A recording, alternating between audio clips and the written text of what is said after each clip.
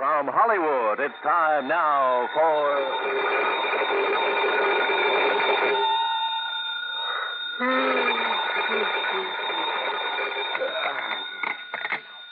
Yeah, Johnny Dollar. This is Peter Hanley at Western Maritime and Property Insurance. Holy, look, do you always start making calls at 4 a.m., Mr. Hanley? I had to phone clear across the country, Mr. Dollar, to find out that you're right here in Los Angeles. Yeah, that's right. The Beverly Hilton out here in Beverly Hills. Good. But I've cleared up the case that brought me here, so as soon as I have breakfast, if they serve it at this unearthly hour, I'll pack up my bags and go back to Hartford. Please don't. Oh, what's up? One of our clients is about to present us with a claim that I think you ought to investigate, as long as you're right here. Yeah, what sort of a claim? For the loss of his yacht, How much of a claim? between $150,000 and $250,000. Wowee. You know where Malibu Beach is? Yeah, sure, up the coast a few miles. Used to be a famous movie colony, that sort of thing. That's the place.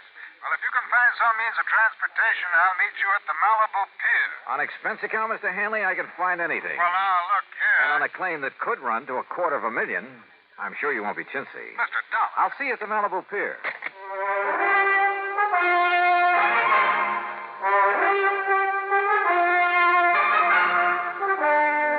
Bob Bailey in the exciting adventures of the man with the action-packed expense account, America's fabulous freelance insurance investigator. Yours truly, Johnny Dollar.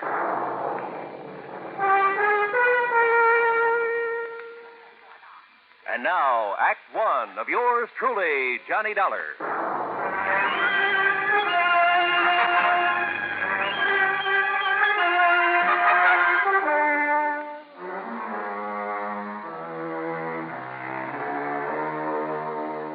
Expense account submitted by Special Investigator Johnny Dollar to the Western Maritime and Property Insurance Company, Los Angeles, California. Following is an account of expenses incurred during my investigation of the Malibu mystery matter.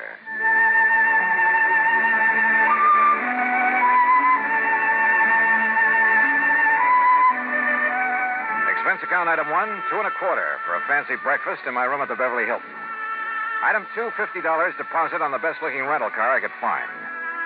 I drove out Santa Monica Boulevard to the Coast Highway, then north along the edge of the Blue Pacific, some 12 or 13 miles to Malibu, where a long fishing pier stuck out into the ocean. Cars were parked for half a mile on either side of the pier entrance, and it looked as though half the population of L.A. was crowded out on the pier itself. Thanks to an ambulance that pulled away from the curb and headed south toward town, I found a parking space.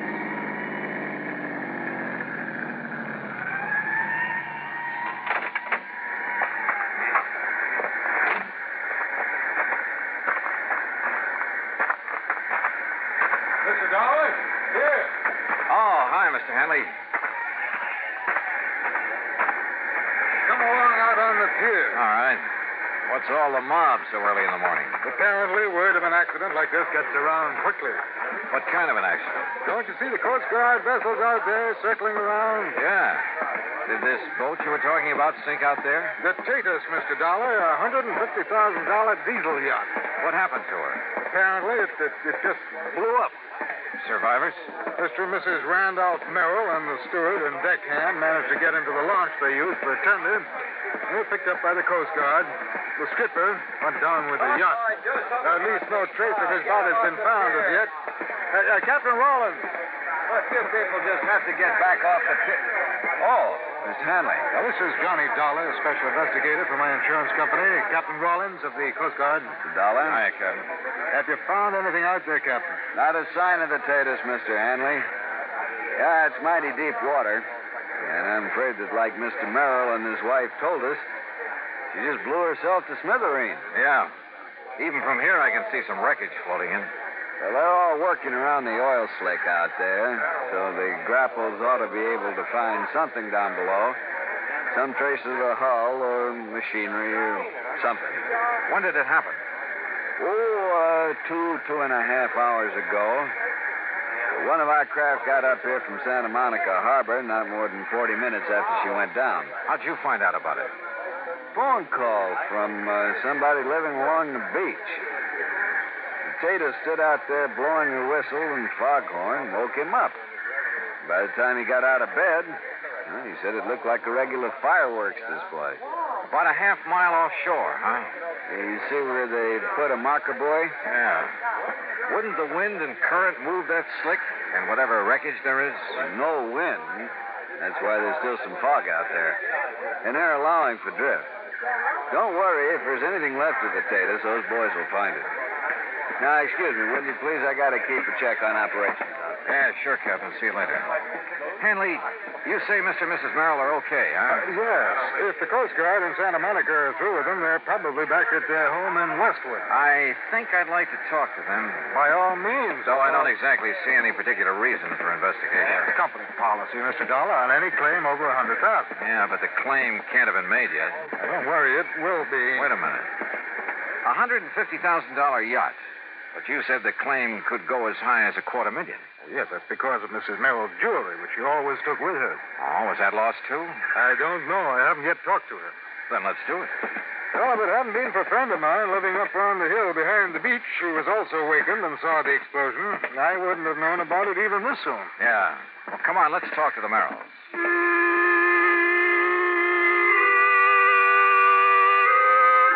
Pete Hanley had his own car, so I tailed him to the Merrill home in Westwood.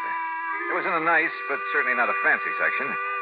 I'd have thought a man with a $150,000 yacht would live in the snooty Bel Air property, the Brentwood Hills, Pacific Palisades. One of the sections that displayed a little more wealth. However, Mr. Merrill pretty well explained it. And quite frankly, when I had to take such a loss in selling out my plastics business, I decided we'd better retrench a bit. And really, Mr. Dollar, I don't miss that lovely big place we had in Bel Air one bit. After all, they're just the two of us, and we don't do a lot of entertaining. More coffee?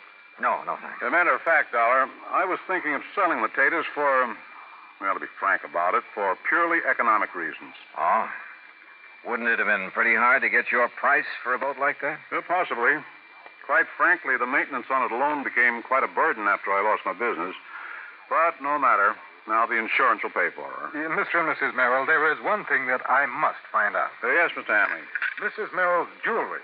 No, thank heavens. No, that's safe. Oh, careful, dear, of the glass top on that table. Oh, sorry. No, you see, Mr. Hanley, the jewels were the first thing I thought of when the engine on the Tatus started making funny sounds and woke me up. Well, I am glad of that. Here they are, all safe and sound in the little casket I keep them in. Oh, look at them, Mr. Dollar. Aren't they beautiful? Yes, very. But now suppose you tell me just what happened out there on the yacht.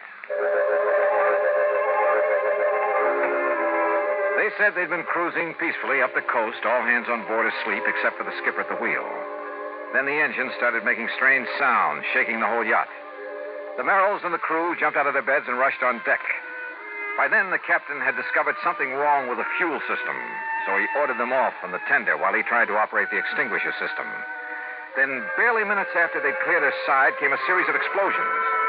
And that was the last they saw of the Tatus and her captain. As for the Merrills, they were humbly glad they'd been lucky enough to escape. Lucky? Suddenly, sitting there, idly toying with the jewels, I discovered something that... Yeah, believe me, this case did need investigation. Needed it bad.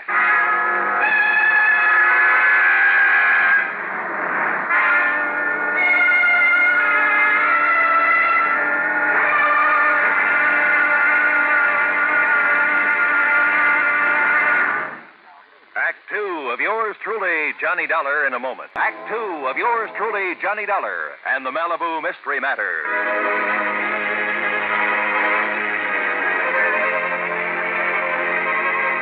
Remember when you were a kid and first found out about how mercury would plate a piece of gold, make it look like silver? How you went around putting it on everything made of gold that you could find? And remember when you first learned that a diamond could put a scratch on glass? How you went around with your mother's engagement ring, cutting grooves in window panes, glass tabletops, and so on? Okay.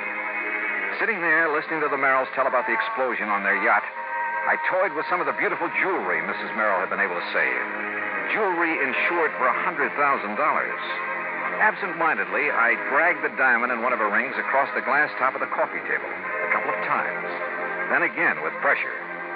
And it did not cut into the glass. I tried a couple of the other so-called diamonds among her jewels. Same result. No result.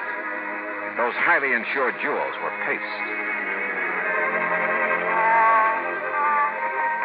Well, Mr. Dollar, it looks like we have the whole story now. Yeah, it sure looks that way. And, Mr. Merrill, whenever you're ready, you just file your claim and we'll take care of it. All right, Mr. Hanley. And quite frankly, well, why kid about it? Now that I've lost my business, I can well use the money. Oh? Then I'm kind of surprised you haven't sold some of these jewels. Dollar, there is a thing called sentiment that even money can't buy. Why, of course, Mr. Dollar. Before I part with these jewels... Yes, I'm sure. Shall we go, Hanley?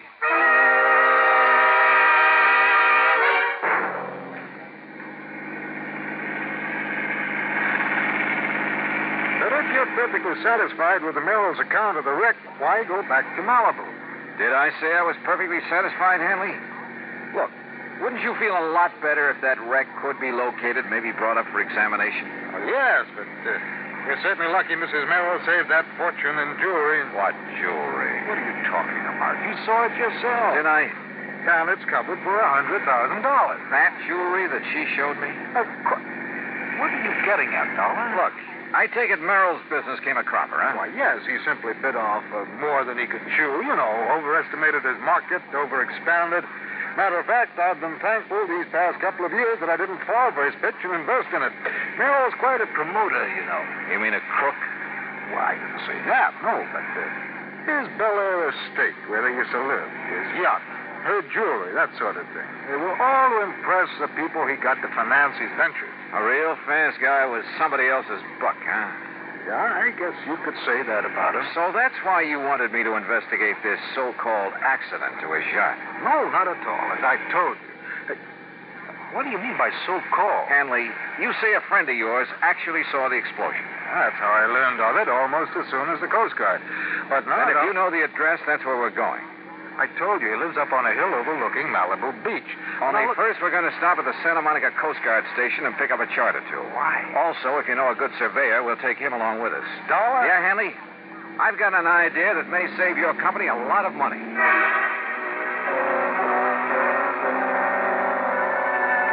At the Coast Guard station, we picked up a navigation chart and a topographical map of the Malibu area.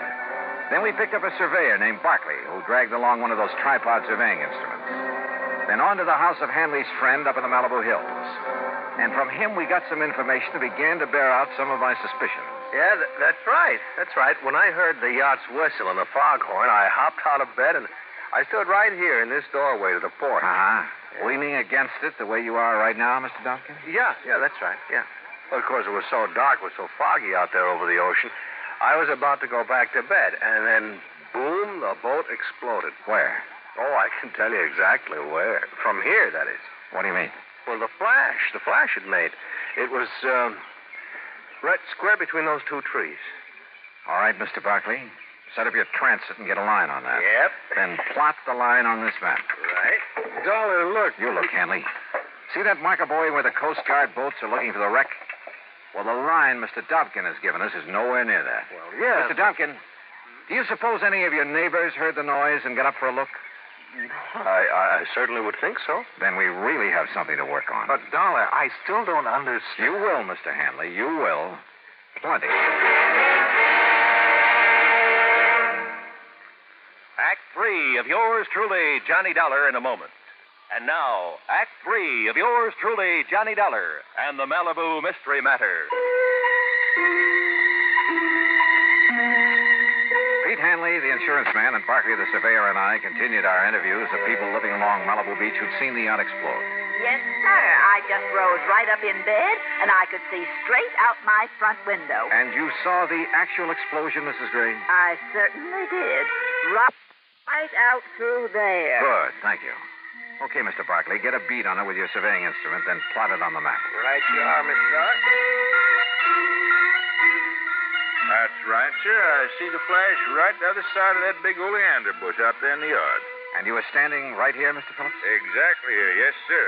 Why, like it lit up the whole sky. Okay, Mr. Barkley. Right? Why, even through the fog I could see it just as plain as day. I'll say I did. Gee. You see, we was having a little party, and I was just going in the kitchen to make us some scrambled eggs. Yes, well, now, just where... You know how it is, after being up all night and having some drink. Well, where were you When standing? the whistle started and the foghorn, we came out here. Right where you're and standing all now? of a sudden, bluey. Gee, me and my friends, we thought it was the 4th of July all Okay, over Mr. again. And Barkley, see you what a take over. noise. Yes, sir.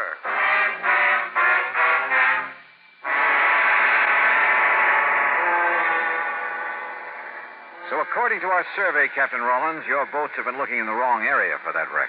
Yeah, Mr. Dollar, according to this chart the surveyor made, the Tatus went down right on top of Calico Rocks. That's a formation only about 30 feet below the surface. That means that our divers will have no trouble at all finding the wreck. Then go to it, Captain. We'll be at the Beverly Hilton. Let me know what you find. Will do, Mr. Dollar. Item 3, $5.25 for some lunch. Then we went up to my room and waited. Finally, a couple of hours later, came the call from Captain Rollins. No, Mr. Dollar, our divers didn't find a sign of her, not a sign of the Tatus or any part of her, but Yes, Captain? we did find a lot of, well, they looked like heavy cans that had burst open. Like maybe they'd contained some kind of explosive? Exactly like that, and some heavy logs and tie chain wedged into the rocks, like an explosion had driven them in. A raft? Maybe loaded with dynamite or something to make the explosion everybody saw? Exactly. But what I don't understand is the oil slick we found, the wreckage floating around. Captain, I think that oil slick and the flotsam were planted out there. Well, then listen. Look, check every port on the Mexican coast, large or small, for the Tatus. I'll talk to you later. Come on, Hanley. We're going out to see the Merrills.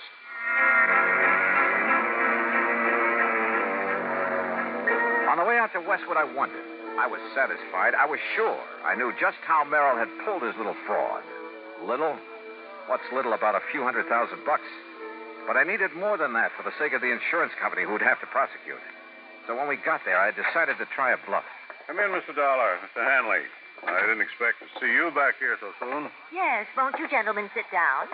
Merrill, I think you ought to know the Coast Guard finally found something out there off Malibu. Oh? Yeah. The remains of your skipper on the Tatus. What? That's impossible. Nancy. Also, evidence that he'd been murdered. Murdered? Probably by you, Merrill. No, he's still alive. What? Wait, Nancy. Can you prove it? Yes. Or would you rather have your husband charged with his murder? No. He's in Mexico with the yacht. Nancy, be quiet. That's what I figured. At some remote little port on the coast of Mexico, he and the Tatus. Dollar. Where the yacht can be completely gone over, disguised. Meanwhile, of course, you thought you'd collect the insurance on her because of the completely phony wreck you almost got away with, thanks to the fog and the darkness. Nancy, you fool. I could. All right. How did you find out, Mr. Dollar? Your wife's phony jewels tipped me off that you're not exactly paragons of virtue. Phony, Mr. Dollar? Paste, Hanley, and nothing else. And I'll lay odds they'll sell the originals, that they plan to carefully lose the fakes. Why didn't they claim to lose them in the wreck? Oh, that would have been overplaying their hand. Apparently, having saved those jewels made the wreck look all the more legitimate. But the really clever stunt was dumping oil on the water and some odd bits of wreckage away from the spot where they blew up the raft. Yeah, it almost kept the Coast Guard from finding the cans of explosives they'd used for the little fireworks display. But, Merrill, the only thing around here that's been sunk is you. Dollar, I'll fight you and this insurance company with every legal trick in the book. You know something, Mr. Merrill? I don't think you'll get to first base.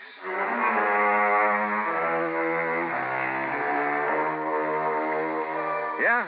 When a crook tries to pull a fast one on an honest insurance company, well, you'll see what I mean when the courts get through with Merrill and his wife. Expense account total, including mileage on the rental car and a couple of extra days at the Beverly Hilton, $101.50. Yours truly, Johnny Dollar.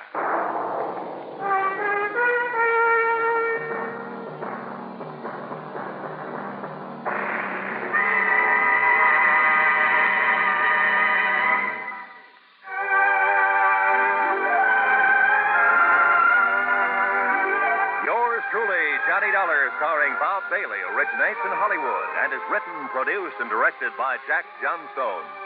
Heard in our cast were Paula Winslow, Eleanor Audley, Gene Tatum, Ben Wright, Harry Bartell, Will Wright, Lawrence Dobkin, and Barney Phillips.